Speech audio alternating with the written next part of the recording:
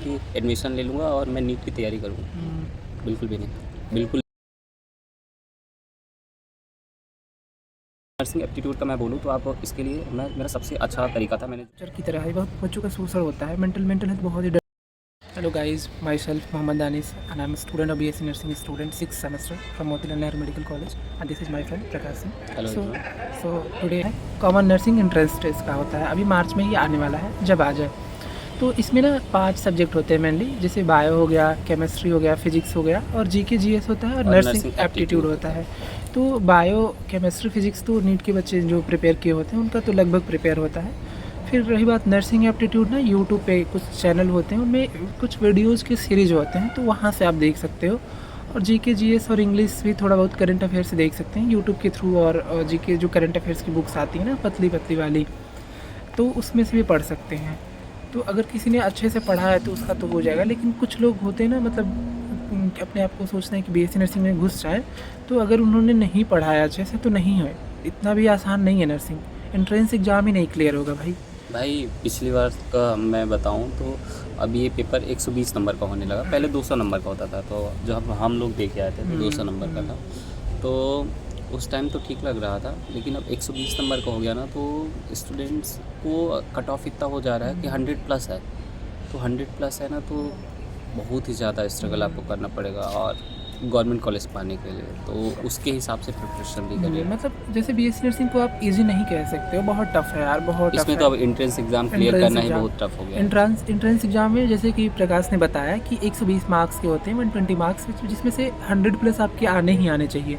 अगर 100 प्लस है तो आपको गवर्नमेंट कॉलेज मिल जाएगा, वरना नहीं मिलने वाला है। तो अगर आपका मतलब आपने डिसीजन ले लिया है कि आपको बीएससी नर्सिंग करना है, तो आप मेहनत करें अच्छे से, क्योंकि 1-2 महीना बचा हुआ है, तो जिसमें आप nursing aptitude, physics, chemistry, bio, GK GS अच्छे से पढ़ें और अपने कैरियर को वाइजली चूज करें, घबरा कर ना चूज करें। हाँ, यूपी में देखो तो 1200 सीट है शायद ना नर्सिंग की, गवर्नमेंट कॉलेज की। उस टाइम तक तो एग्ज़ाम मतलब टफ़ था, लेकिन इतना टफ़ नहीं था। आज एग्ज़ाम बहुत ही ज़्यादा टफ़ हो गया है। तो आप अपने सीनेट अगर नर्सिंग भी करना चाह रहे हैं ना गवर्नमेंट कॉलेज से, तो रियली आपको बहुत ज़्यादा मेहनत करनी पड़ेगी। आप हल्के में बिल्कुल भी मत लेना कि ये सीनेट एग्ज़ाम नर्सिंग है ईज़ी हो जाएगा, नहीं, बिल्कुल भी नहीं। और जहाँ तक रही पीसीबी की, तो फिज़िक्स केमिस्ट्री बायो को तो आप 10 अगर तैयारी कर रहे हैं तो वो कर ही लेंगे। नर्सिंग एप्टीट्यूड का मैं बोलूँ तो आप इसके लिए मेरा सबसे अच्छा तरीका था, मैंने जो यूज़ किया था वो है कि आप यूट्यूब चैनल ओपन करिए और नर्सिंग एप्टीट्यूड से रिलेटेड जितने भी सब्जेक्ट जितने भी वीडियोस मिले उसमें से सेलेक्ट करिए और कम से कम आप 200 क्वेश्चन को आप अपनी कॉपी में लिख लीजिए, एग्जैक्टली लिख लीजिए।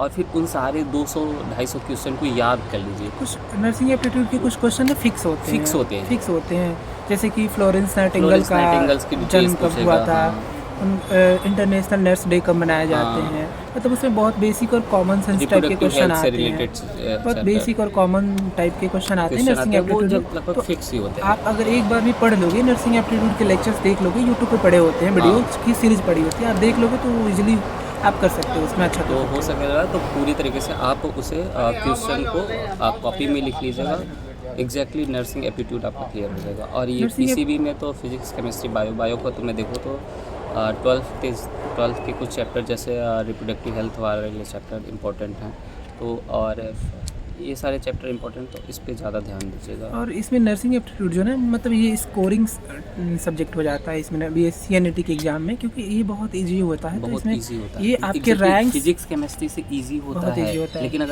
अगर आप इसको लिख लेंगे ना कॉपी में भी 200 क्वेश्चन तक और इसे याद कर लेंगे, तो ये फिजिक्स केमिस्ट्री से ज़्यादा इजी होता है। अच्छा स्कोर आप इसे ले सकते स्कोर, हैं। ये आपके रैंक और स्कोर को बूस्ट करता है, तो इसमें बहुत कम मेहनत में आप अपना रैंक और अपना मतलब स्कोर बढ़ा सकते हो। तो इसलिए नर्सिंग एप्टीट्यूड का सीरीज़ देख लो और अच्छा कर सकते हो इसमें guys.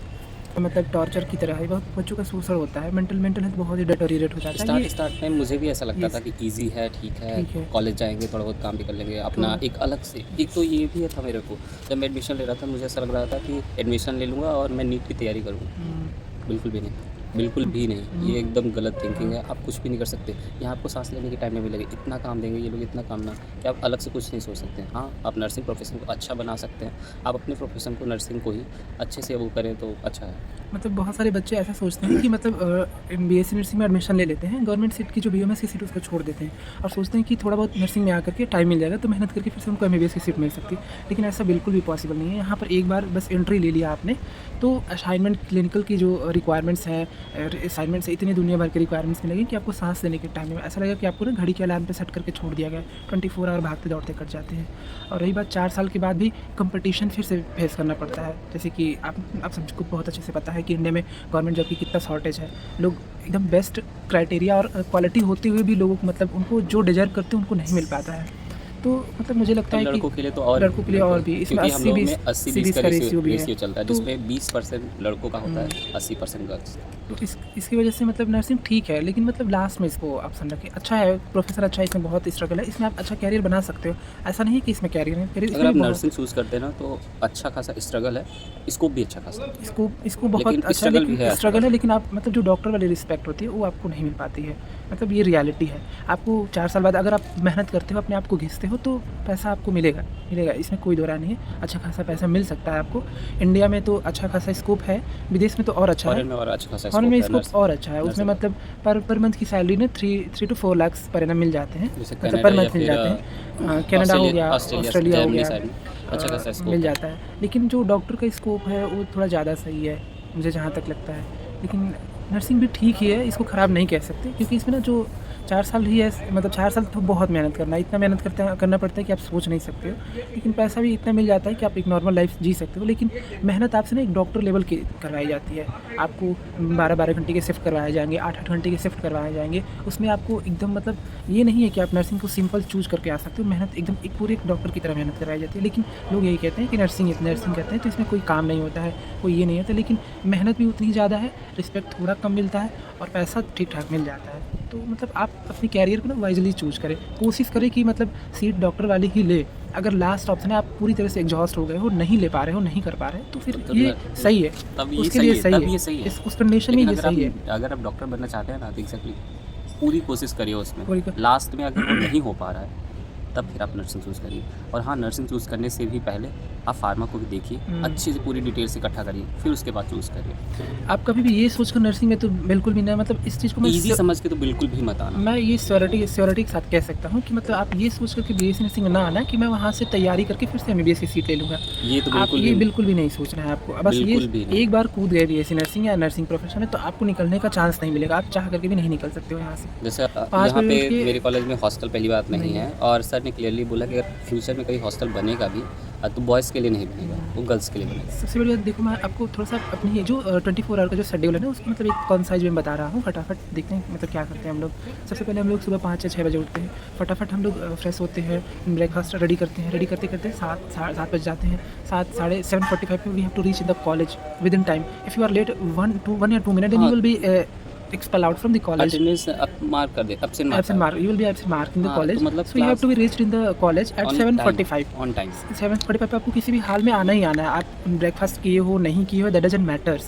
You have to reach anyhow. किसी भी कंडीशन में आपको आना ही आना है। फिर उसके बाद 7:45 पे आओगे। 8 बजे तक असेंबली होती है। सोचो मेडिकल कॉलेज में असेंबली कराई जाती है। उसके बाद से स्टार्ट हो जाते हैं। 8 से लेकर 4 बजे तक क्लासेस होते हैं हमारे। उसमें से क्लिनिकल होते हैं 1 बजे तक, और उसके बाद क्लासेस कुछ होते हैं थियरी के। फिर उसके बाद यहाँ से जाओगे आप तो इतना थक जाओगे कि आपके पास चलने के लिए भी एनर्जी नहीं बची होगी। You are totally exhausted and dead. Like then you have to go to your rooms and then you have to make some refreshment या whatever you want to eat. And then फिर हमें वहाँ पे फिर जो भी क्लिनिकल्स के requirement मिलते हैं, जैसे कि history collection, physical examination, case presentation, study, micro teaching and subject के असाइनमेंट्स मिलते हैं। हर चीज़ के लिए असाइनमेंट मिलता है जिसको आपको लिखना ही होता है। फिर उसके बाद रात में भी फिर आपको खाना भी बनाना होता है। फिर खाना बना के खाओ सो, फिर खाना बनाना पड़ता है। सबसे मुश्किल काम होता है। अगर फैमिली का सपोर्ट मिल जाता है खाना बनाने में या हॉस्टल मिल जाता है तो इतना इशू नहीं होता है नर्सिंग में। खाना बनाने की वजह से थोड़ा सा ट्रॉमेटिक हो जाता है, बट क्या ही करेंगे, हमारे पास कोई ऑप्शन नहीं है, इसकी वजह से हमने चूज़ किया है। अच्छा, अभी नर्सिंग का यानी सीनेट का फॉर्म निकलने वाला है, तो जो लोग अगर चाहते होंगे नर्सिंग करना तो वो देखते रहेंगे। सीनेट का फॉर्म निकलने वाला है, शायद 25-26 मार्च तक निकलेगा, जहाँ तक मुझे लगता है। आप कभी भी ये सोच कर हिम्मत नहीं आना कि आप नर्सिंग में आओगे तो बहुत कॉलेज लाइफ एंजॉय करने वाले हो। आपके पूरे सपने एंजॉयमेंट का तो छोड़ ही दो। I'm 110% श्योर आपको थोड़ा भी इन्जॉयमेंट का टाइम नहीं मिलता है यहाँ पे। और कभी कभी आप लोग को देखे होंगे बहुत सारे कॉलेज में फ्रेशर वगैरह मिलता है, तो एक दिन मिलता है भाई, एक दिन में आप कुछ नहीं कर सकते। एक दिन इन्जॉय करोगे 10 दिन उसके लिए ट्रॉमा झेलनी पड़ती है। भाई इन्जॉयमेंट तो सही बताऊँ तो किसी भी कोर्स में नहीं है, तो इन्जॉयमेंट 12th तक ठीक लगता है, ये टर्म भी 12th तक ही अच्छा लगता है, उसके बाद इन्जॉयमेंट टर्म भूल जाओ। खास करके मेडिकल प्रोफेशन में तो भाई मेडिकल प्रोफेशन में बाल झड़ने स्टार्ट हो जाते हैं यार। इन्जॉयमेंट के नाम पे। सेकेंड ईयर में आते थे ना आप, मोस्ट ऑफ द बॉयज़ तो मतलब टकले होते ही हैं, गर्ल्स का भी एलोपेशिया वाले कंडीशन आ जाते हैं। So, हम लोग का सही बताया ना तो फर्स्ट ईयर ठीक ठाक निकला अच्छे से, सेकेंड ईयर भी ठीक ठाक निकला, लेकिन थर्ड ईयर से बहुत ही ज़्यादा स्ट्रगल, बहुत ज़्यादा स्ट्रगल हो गया है। हेडेक हो गया है, स्ट्रगल नहीं हेडेक हो गया है, ट्रॉमा एकदम से पूरा करके रखे हैं पूरा लाइफ। फिर भी ठीक है, एडजस्ट करना पड़ेगा, लेकिन ठीक है, कोर्स भी ठीक है। कोर्स यार देखो, कोई मतलब मेडिकल बायो वाले जो होते हैं बच्चे, बायो स्ट्रीम के जो स्टूडेंट होते हैं, उनके ऑप्शन एक दो ही ऑप्शन 3 ऑप्शन होते हैं। मान लो डॉक्टर बना, डॉक्टर नहीं बने तो पैरामेडिकल करेंगे या तो नर्सिंग करेंगे। तो पैरामेडिकल की थोड़ी सी सैलरी वाला कम होता है, इस वजह से जो बच्चों का नीट में सिलेक्शन नहीं हो पाता है तो बीएससी नर्सिंग चूज कर लेते हैं। सैलरी तो अच्छा है, ये नहीं कहूँगा, सैलरी अच्छी मिल जाती है अगर मेहनत करता है बच्चा। तो अगर स्टूडेंट मेहनत करे तो सैलरी अच्छी मिल जाती है, लेकिन बहुत स्ट्रगल है यार। We deserve a lot.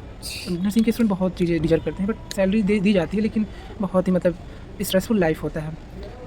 Prakash, I have a question कि बहुत सारे स्टूडेंट होते हैं जिनको नीट की तैयारी के टाइम पे उन्हें जब गवर्नमेंट BUMS या BDS की कॉलेज मिलते हैं, जैसे कि BHMS का कॉलेज मिलता है, तो उन लोग उस सीट को छोड़ करके BSc नर्सिंग को चूज करते हैं। आपको कहाँ तक लगता है कि मतलब which one is best, BSc nursing is best या BUMS या BHMS इज़ बेस्ट?